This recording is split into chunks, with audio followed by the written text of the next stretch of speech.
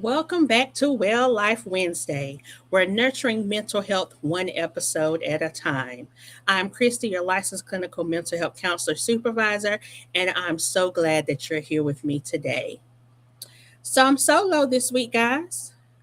We told you season two we were going to be coming with some different takes, and so today I have decided to lean into healing, not just surface level coping, not just getting through the week, but deep, real inner work. So today's topic, we're going there. We're talking about reparenting yourself, healing the inner child. So I want you to practice with me for a second. Take this journey with me. I want you to pause. Take a deep breath because this is going to be tender work. But it is powerful work, and it may just be the work that sets you free. So, what is the inner child, you may be asking? Let's start there. When we talk about the inner child, we are not being dramatic or poetic. It's psychology. The inner child refers to the part of us that carries out early emotional experiences, especially unmet needs, wounds, fears, and beliefs formed in childhood. That part of you is still present. That part of you, that little girl, that little boy who felt unheard, the little boy, little girl who had to grow up too fast, the child who learned not to cry, the child who learned be perfect, the child who learned don't need anything. That part didn't disappear. It adapted. It survived. It created strategies to keep you safe. And now, as an adult, some of those strategies may no longer serve you. Let me say something important here. Your coping patterns were once survival tools. Your coping patterns were once survival tools. The overachieving, that's survival. The people pleasing, survival. The emotional shutdown, survival. The anger, survival. But survival is not the same thing as healing. And reparenting is how we move from survival into wholeness. I like that. So you're asking me, what's reparenting? Reparenting yourself means learning to give yourself what you did not consistently receive as a child. That might include emotional validation, safety, structure, comfort, encouragement, accountability, and boundaries. Some of us grew up with love, but not emotional language. Some of us grew up with structure, but not affection. Some of us grew up with chaos, and some of us just had parents that weren't equipped because they didn't get it growing up. So you had to parent your own parent. Reparenting does not mean blaming your caregivers. I want to repeat that. Reparenting does not mean blaming your caregivers. It means recognizing reality without minimizing your experience. You can honor your parents, humility, and still acknowledge your unmet needs. You can honor your parents with humanity, and still acknowledge your unmet needs. And that's called emotional growth. You've probably heard me say a lot in these on this podcast that I believe that who we are as adults stem from our childhood experiences, whether that is um, being healed or being unhealed. It takes work on both sides to get healed and to stay healed, to maintain it.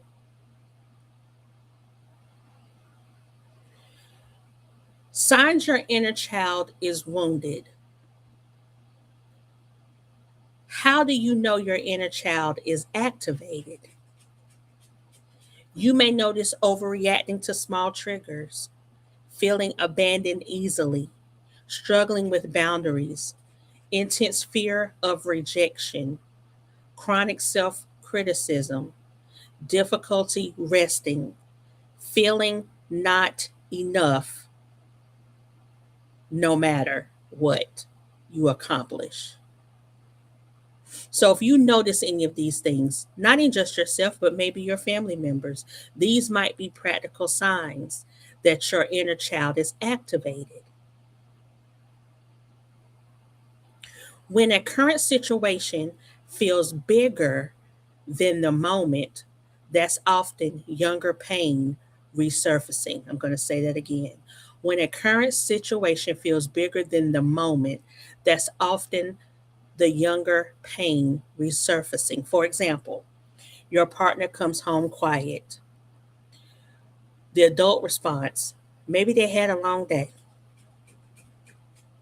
The inner child response could be, they're mad at me. I did something wrong.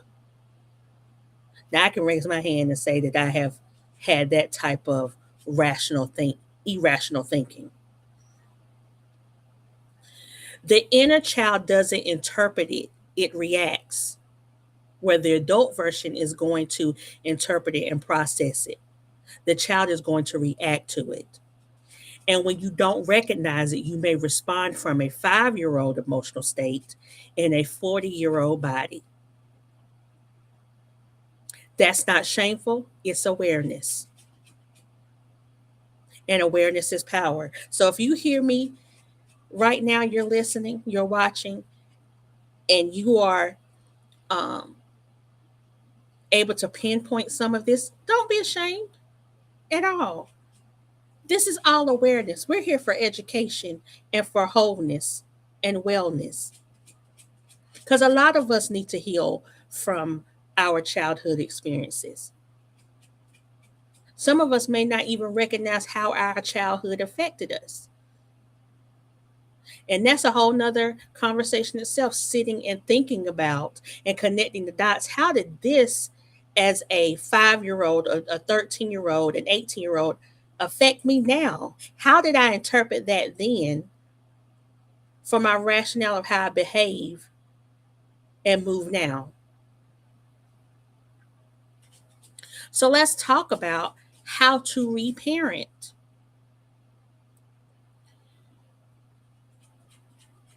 Learn to validate your feelings. Many of us were told you're too sensitive. Stop crying. It's not that serious. And we've learned to dismiss ourselves. Reparenting in those situations, it makes sense that I feel this way. I'm allowed to have emotions. That feeling won't last forever. You become the safe voice. So now, as the adult you are going to heal the inner child you by giving, by responding, by validating to the child you that was not during that time frame.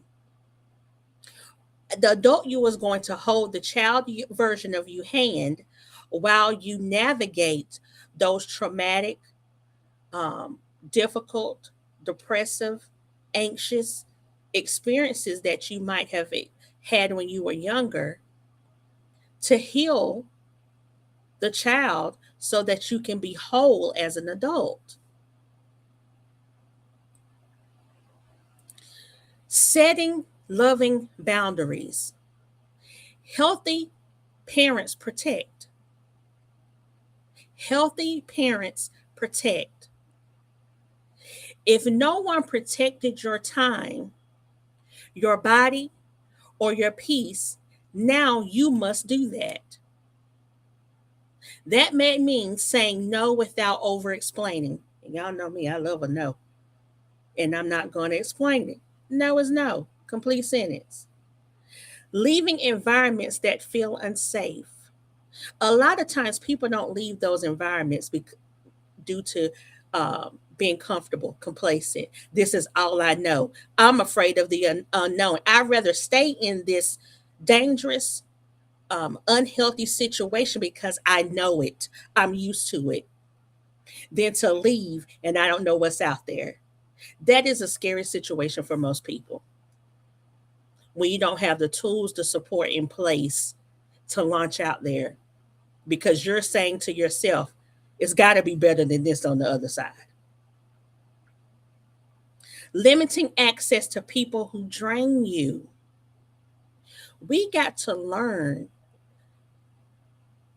how to let some people go. Now, that doesn't necessarily mean that you have to extinguish them from your life, but you have to draw a line in the sand. Certain things I'm not going to allow with you. Certain places I'm not going to go with you. Certain conversations I'm not going to have with you. Some people only need to meet the surface you because if you let them in, they could do damage. Boundaries are not punishments. They are protection. And protection is love. So you got to love yourself, is what I'm saying. Loving you means protecting you. Loving you means setting boundaries. Loving you means knowing your limits. Loving you means knowing your strengths. Develop self-soothing skills. Children need soothing, and adults do too. That may look like journaling, prayer meditation, taking a walk, placing your hand on your chest and breathing deeply, listening to calming music, speaking kindly to yourself. Sometimes I tell my clients, close your eyes and imagine sitting beside your younger self. If we all could go back in time and tell our younger selves something, what would that be? If we could warn them about something, what would that be? If we can prevent them from experiencing something, how would we do that?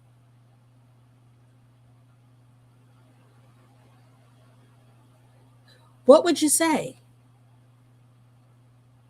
Say it now to yourself. Take the moment right now and say what you want to say, or needed to say, or need to hear, you needed to hear when you were younger. Maybe you didn't get a I love you. Maybe you didn't get you're beautiful, smart, important. Say that to yourself now. It hurts when we don't get it from the people we're supposed to, because you should, but you can also give it to yourself. Once you learn how, you got to be reintroduced to yourself. The younger you has to meet the adult you, and the adult you has to go pull up the younger you and say,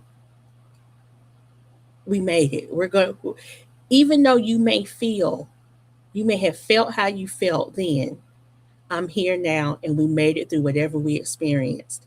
And it's going to be okay. Sometimes we just need to tell ourselves, it's going to be okay.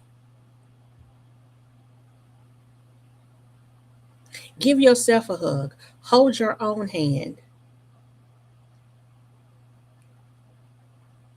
Create structure where there was chaos. I've heard so many experiences from individuals about chaotic environments growing up. I can't say I experienced it. I didn't. There was balance in my home. There was peace growing up. But there's some people that didn't have that. And chaos can look different for everyone. What I experienced may not be someone else experienced. I grew up in a two-parent household. Some people didn't. I didn't know, and this is the honest statement, until I got in high school, I don't think I really paid attention to kids who didn't have both parents. Because in my world, you had both parents in your home. And I don't think until I got to college where I understood the difference, the differences between my environment and other people's environment.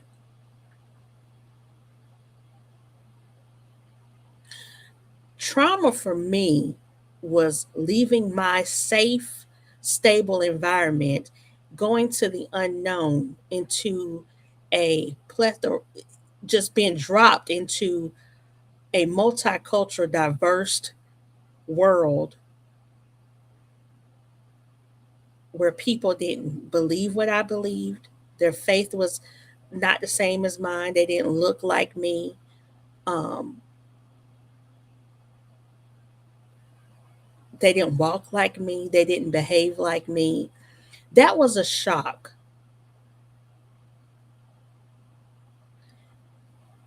And until you see or understand how other people are, you get a sense of who you are.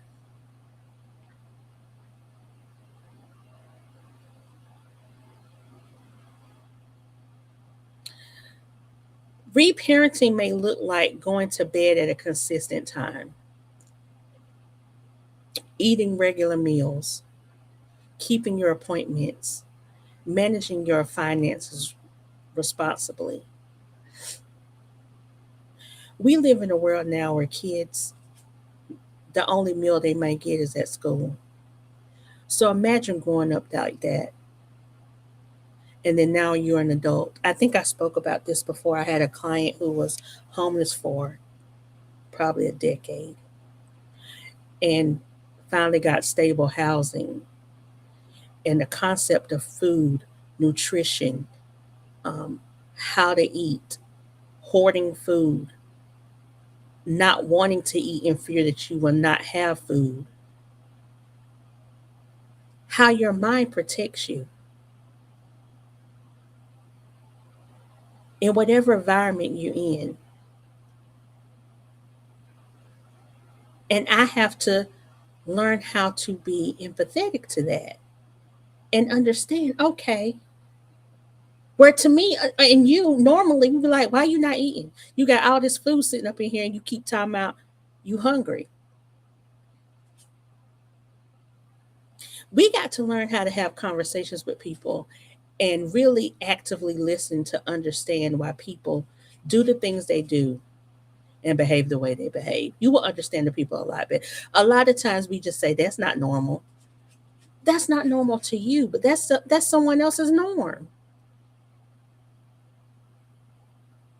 What happened in your childhood could be abnormal, could be unusual. An adult, you now realize that.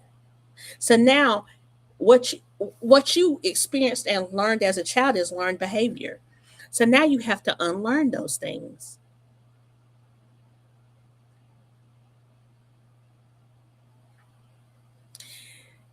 Discipline is self-respect. Yes. And sometimes reparenting yourself means telling yourself no. You got to know yourself. You got to say, no, that's not okay. No, we're not going to keep doing this. No, I'm not going down that road again. We think it's hard to say no to other people.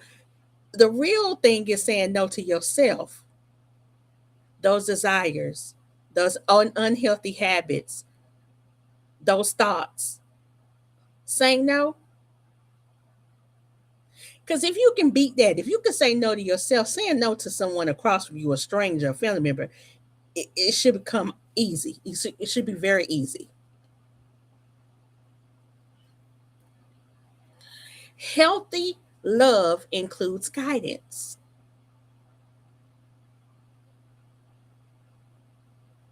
Who is guiding you?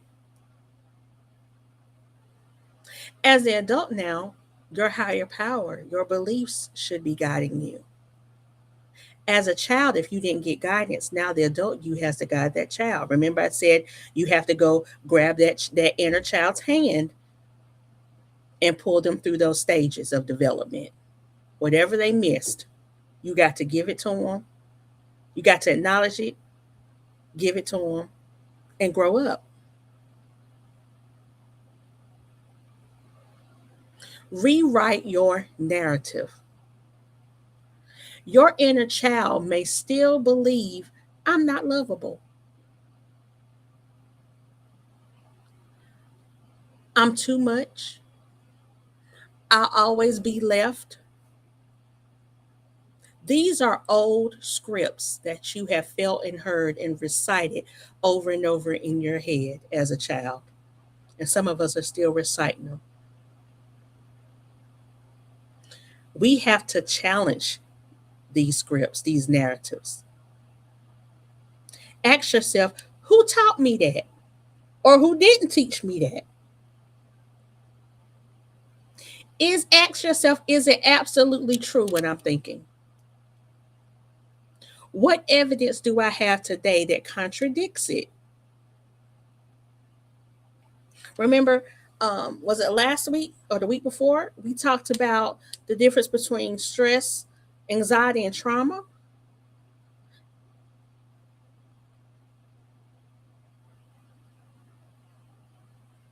Trauma is the past, stress is the present, and anxiety is the future. It's that anxiety that gets us in trouble because half the time we have no evidence to support whatever it is we're feeling or thinking. We just coming up with assumptions and creating narratives that hasn't happened. We're foreshadowing things. Healing requires truth. It's the truth from when you were younger, what you experienced, and the truth that you are experiencing now. We hold people hostage and ourselves hostage in the past. And a lot of people don't want to hear this, but sometimes you have to give people grace. And when it comes to our parents, it's a hard truth to come to when you realize your parents probably weren't parented. They didn't have to give you what you needed because they didn't get it.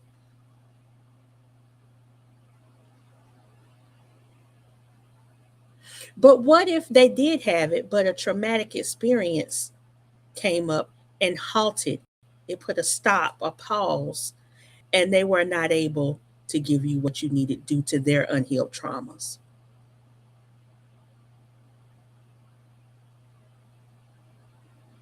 Is it okay? No. Does it hurt? Yes.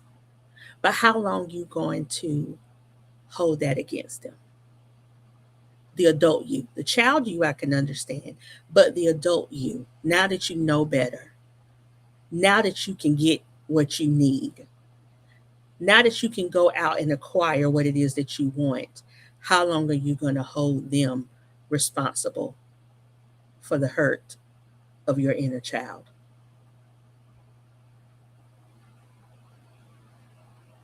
It's the hostage situation when you're not willing to deal with it.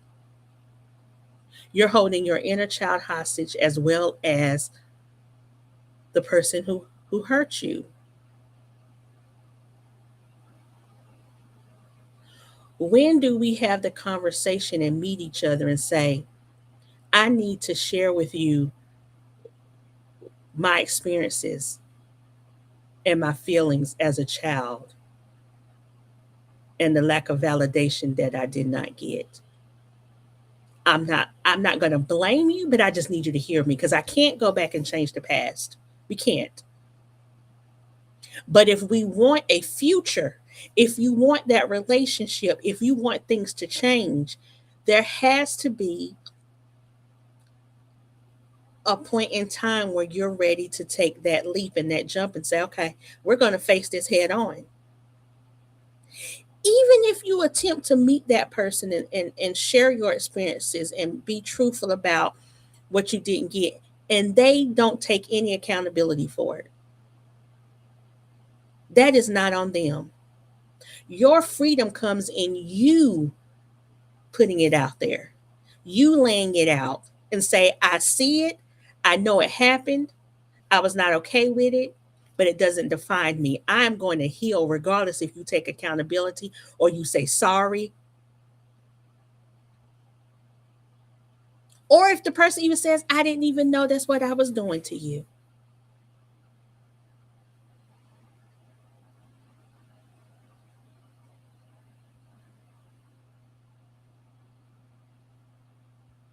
The truth is not always the story your pain told you.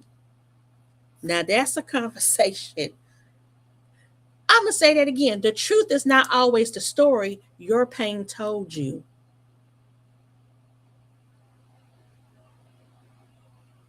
Pain is a feeling. Truth is facts, evidence. Sometimes they can get distorted and blurred.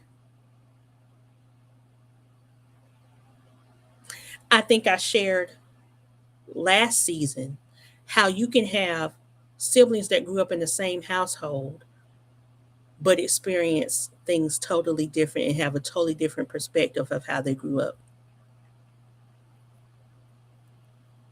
especially if there's gaps, a big gap. Me and my siblings, all my every 7, we're all 7 years apart. So every 7 years, my parents had a child. So imagine the parents that my older sister got, the parents my middle sister got, and the parents that I ended up with. Because are they not still growing and evolving? Are their experiences not changing?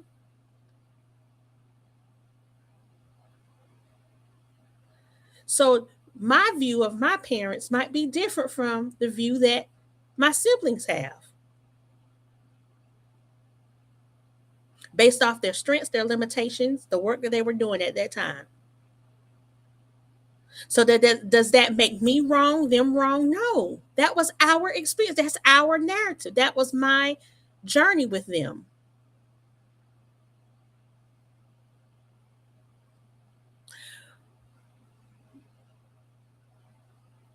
My pain, when something hurts so bad, hitting your elbow, that's one of the worst pains you can experience, right? Hitting your elbow. You could just be walking and knocking into the wall, and the excruciating pain that you feel just angers you. Hitting your elbow stops you mentally and emotionally. Where someone else, they could hit their elbow and just keep going. When I hit it, I got to stop for about 5 minutes and gather myself.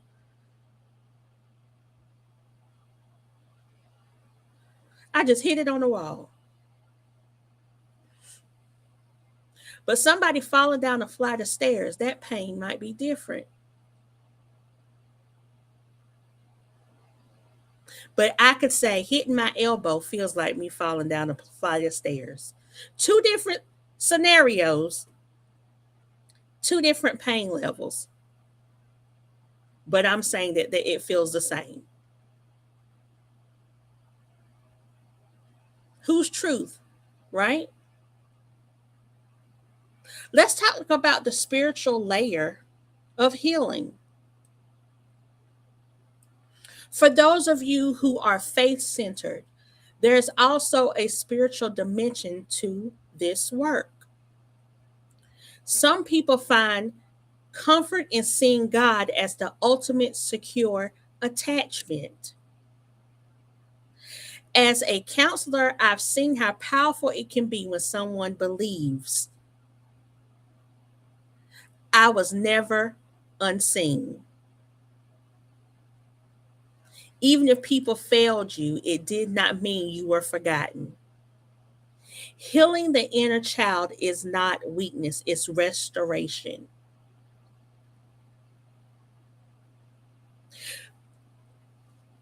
I often ask myself internally,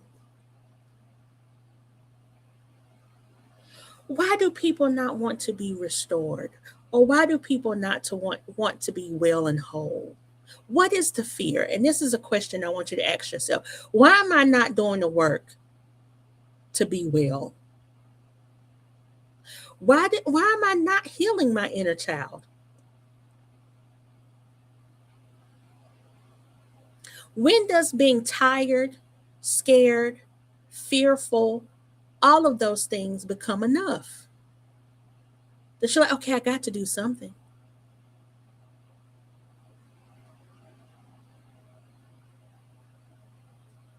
Restoration is sacred work. When I say I put me first, I mean that thing. When I say daily, I make an effort to be my best self and to be well and whole, I mean it.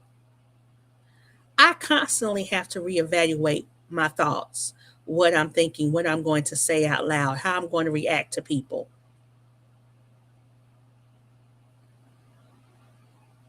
Because I don't want to be unhealed out here walking in the world and damaging other folks. I don't want this to carry on in my family lineage. So the buck is going to stop with me. I choose to do the work. I choose to be healed. I choose to have peace.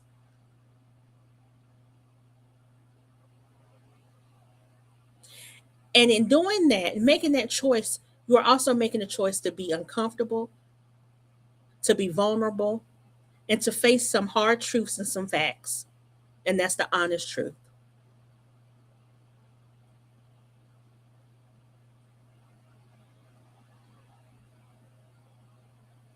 So I want to say what reparenting is not.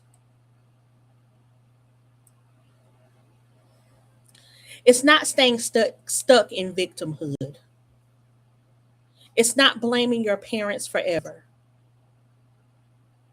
It's not avoiding responsibility. It's not excusing harmful behavior.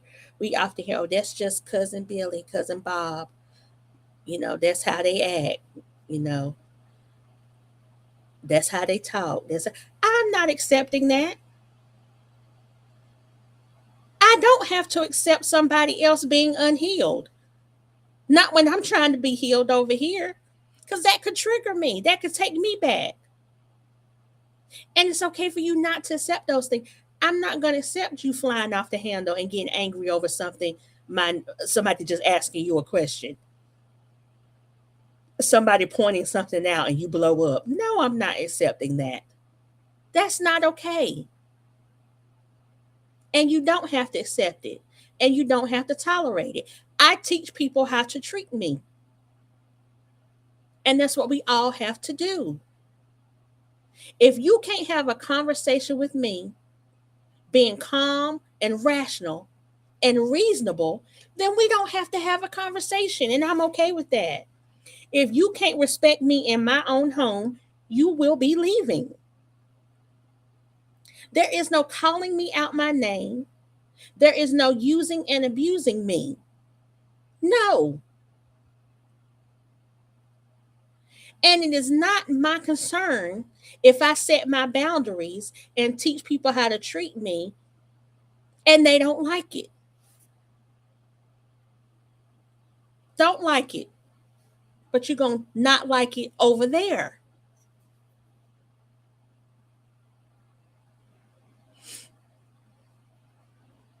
At some point, adulthood means ownership. You did not choose your childhood. None of us did. None of us asked to be here. But you do choose your healing. And that's where your power lives.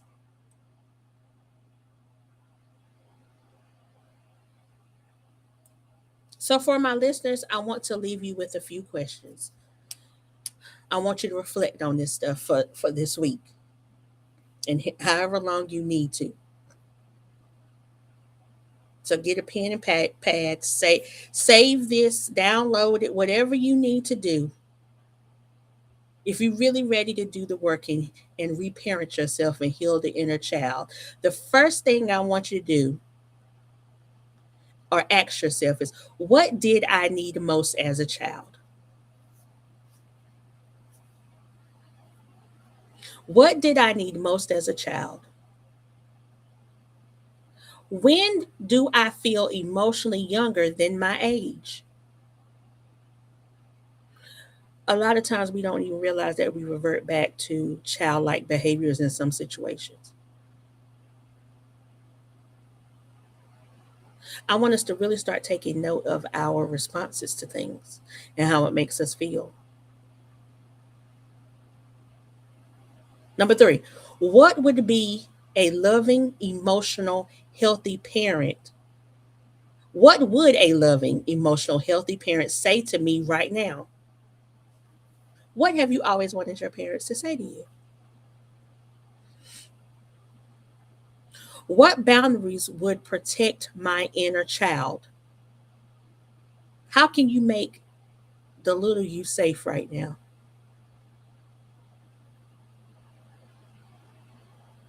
Where am I still waiting for someone else to save me?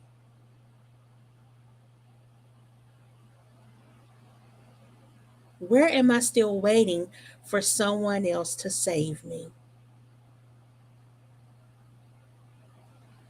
Because if you can answer that question, you can go save yourself.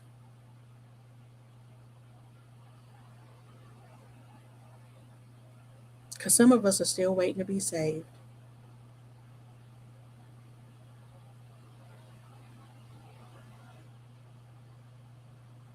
Sit with these questions, journal them, process them, discuss them in your therapy sessions with your most important confidant, the people who you really trust. This is not one episode work. This is a lifelong growth.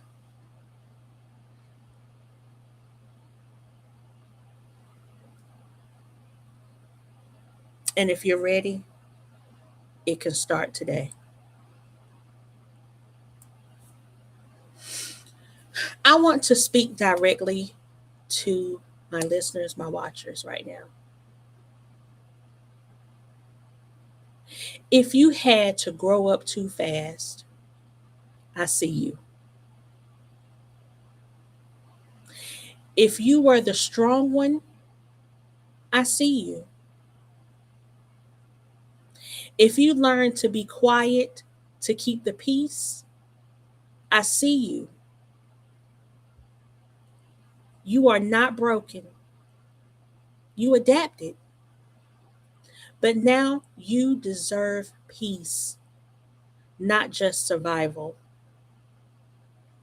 Healing the inner child is not about going backwards, it's about bringing your younger self forward into safety. And you are capable of that work.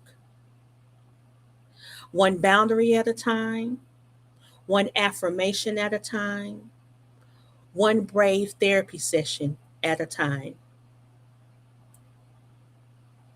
I hope that I have said something that could resonate with you, that can activate the desire for you to want to heal the inner child within you. Thank you all for joining me for Well Life Wednesday solo this week. If this episode resonated with you, share it with someone who may need it. Don't forget to like, comment, subscribe, and click that notification bell so that you never miss an episode. And remember, healing is inner work, but you don't have to do it alone. I'll see you next Wednesday. Take care of your mind, take care of your heart, and take care of that inner child. I love you guys. Thanks for watching.